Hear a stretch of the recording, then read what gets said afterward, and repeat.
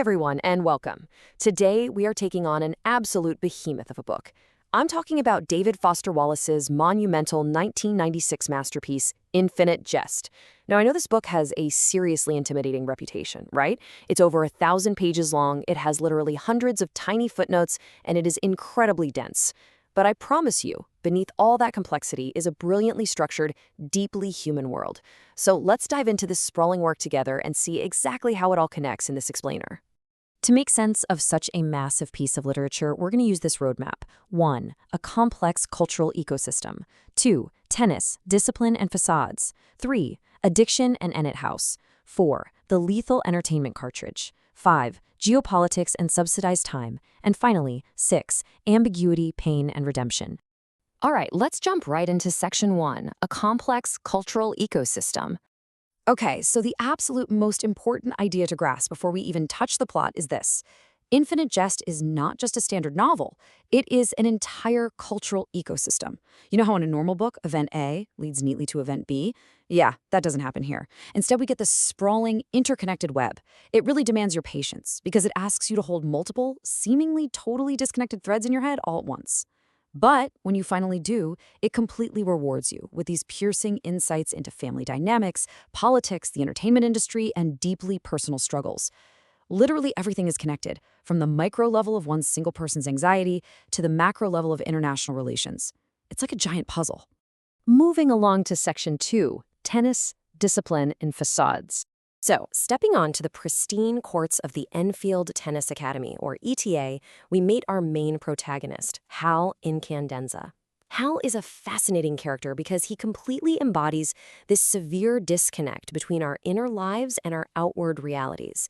On the inside, Hal has an incredibly sharp mind. He's got this dazzling vocabulary, his inner brilliance is just undeniable. But outwardly, to everyone else around him, he is perceived as totally incoherent, and honestly, at times, seemingly monstrous. He physically cannot communicate the absolute genius that's trapped inside of his own head. This paradox highlights a really tragic breakdown in human connection, and it basically sets the stage for Hal's eventual mental collapse. But the thing about the Enfield Tennis Academy is that it isn't just a place about hitting a ball over a net. Not at all. The grueling, hyper-structured training routines that these kids have to go through day in and day out perfectly mirror the strict discipline required for something else entirely, and that's addiction recovery. Wallace is drawing a really fascinating parallel for us here. He's showing us that whether you're trying to become an elite, world-class athlete or you're just trying to stay sober for one more day, you are relying on obsessive, rigorous structures of dependency. The discipline itself literally becomes your form of survival. Which brings us right into Section 3, addiction and Enid House. Leaving the highly polished world of the tennis academy behind, we actually find two very different environments that share a surprising amount of DNA. On one side, you have ETA, with its rigid schedules and elite discipline. On the other side, just down the hill, is Enid House. This is a halfway house for recovering addicts, characterized by chaotic recovery and just messy human struggle. Here we meet Don Gately, a former burglar who is now a counselor. Honestly, Don's fight for sobriety is arguably the most deeply human and grounded arc in the entire novel. By placing these two specific institutions side by side, Wallace is showing us entirely different forms of dependence. It doesn't matter whether it's a dependence on drugs or on athletic discipline or even just on the approval of other people, it's all interconnected. Now, the really crucial point here is how Wallace actually makes you feel this chaos as a reader. He doesn't just, sit back and tell you facts about addiction. He completely alters his own writing style. The chapters dealing with these struggles become incredibly fragmented and polyphonic, meaning there are tons of competing voices and those infamous footnotes constantly interrupting the flow. And this is entirely intentional. It physically mimics the severe disorientation, the total information overload, and the overwhelming noise of addiction right there on the page. You literally experience the fragmentation yourself as you try to read it. Now let's look at Section 4, the lethal entertainment cartridge. Okay, so this is the dark, beating heart of the whole book. The actual title, Infinite Jest, refers to an avant-garde film created by Hal's late father, James O. Incandenza. But this isn't just your standard art house movie. It is an entertainment cartridge so intensely, unimaginably pleasurable that anyone who watches it is completely 100% incapacitated. They lose all desire to eat, to sleep, to do literally anything other than watch the screen until they actually die. It is a horrifying yet totally brilliant metaphor. Wallace is sharply critiquing consumer culture's fatal obsession with constant distraction. He's showing us that we are entirely capable of entertaining ourselves right into the grave. And the human cost of this obsession with entertainment? That's beautifully contrasted between two brothers in the Incondensa family. On one hand, we have Mario. He's physically disabled, yet he is so empathetic, deeply innocent, and incredibly spiritually resilient. Mario actually feels things genuinely. But on the other hand, we have Hal.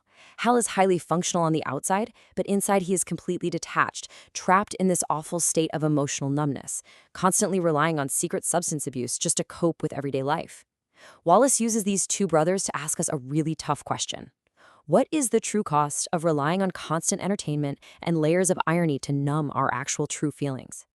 Next up is Section 5, Geopolitics and Subsidized Time. Welcome to the absolute absurdity of subsidized time. In the world of this novel, the traditional numbering of years, gone. It's been sold off to the highest bidder. Calendar years are now literally sponsored by megacorporations. So instead of saying, the year is 2010, you would officially say it's the year of the depend adult undergarment. The narrator delivers this with hilarious deadpan neutrality, but make no mistake, it packs a vicious punch. It's Wallace's incredibly sharp critique of a hyper-capitalist world where commodification has gone so far off the rails that we've literally put a corporate price tag on time itself.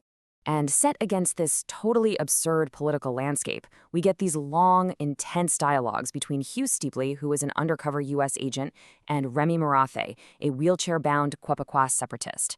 Now, their conversations totally parody old Cold War spy thrillers, but they actually pause the action to ask some incredibly heavy philosophical questions. Things like, what does loyalty actually mean? Is freedom genuinely worth the suffering it sometimes requires? And can our personal desires ever really be disentangled from national politics? Because remember, the search for that lethal entertainment cartridge, the master copy of the film, that becomes a massive matter of high-stakes geopolitical control. Both sides want it as a weapon. And that leads us to our final section, Section 6, Ambiguity, Pain, and Redemption. The actual spiritual climax of this massive book doesn't belong to the tennis prodigies or the secret agents. It rests squarely on the shoulders of the halfway house counselor, Don Gately.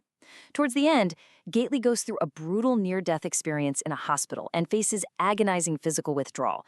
But he absolutely refuses to take painkillers because he knows it would break his hard-won sobriety. His intense, visceral suffering proves a monumental point in Wallace's ecosystem. It shows us that avoiding pain isn't always the answer. In fact, pain, when it is endured honestly and faced head-on without any numbing agents, can be profoundly redemptive. It can lead to real, genuine human transformation. And this brings us to the structure of the book itself, which is mind-blowing. The novel actually begins with Hal's mental breakdown, then journeys back in time through the messy struggles at Ennon House, moves into a massive chaotic convergence of all these different plots, and then, the final chapters don't actually give you a neat, tidy ending. Instead, the narrative loops right back to Hal's breakdown at the very beginning of the book. The structure itself is addictive and totally circular. It completely resists closure, deliberately leaving loose ends flying in the wind to force you, the reader, to keep thinking and to put the pieces together yourself. So, let's synthesize everything we've unpacked today. This massive literary ecosystem of Infinite Jest is built on these really foundational themes. We see the fascinating mirroring of addiction versus discipline. We confront the deeply terrifying concept of entertainment as entrapment. We witness the tragic reality of communication breakdown, seen so vividly through Hal's character. We unpack the biting national satire of a world operating on corporate subsidized time. And ultimately, we arrive at the profound, somewhat hopeful idea of suffering as redemption, lived out bravely by Don Gately. I want to leave you with this really provocative question, one that Wallace essentially forces every single reader to confront. In our own modern lives today, are we just amusing ourselves into a state of total numbness with endless scrolling and constant digital distraction? Or can we actually learn to embrace a bit of productive uncertainty and maybe even face a little bit of pain to find real, genuine meaning in our lives? It's a powerful, powerful challenge. I absolutely highly recommend diving into this masterpiece yourself if you haven't already. Thank you so much for joining me in this explainer today, and keep seeking out the knowledge that challenges you. Catch you next time!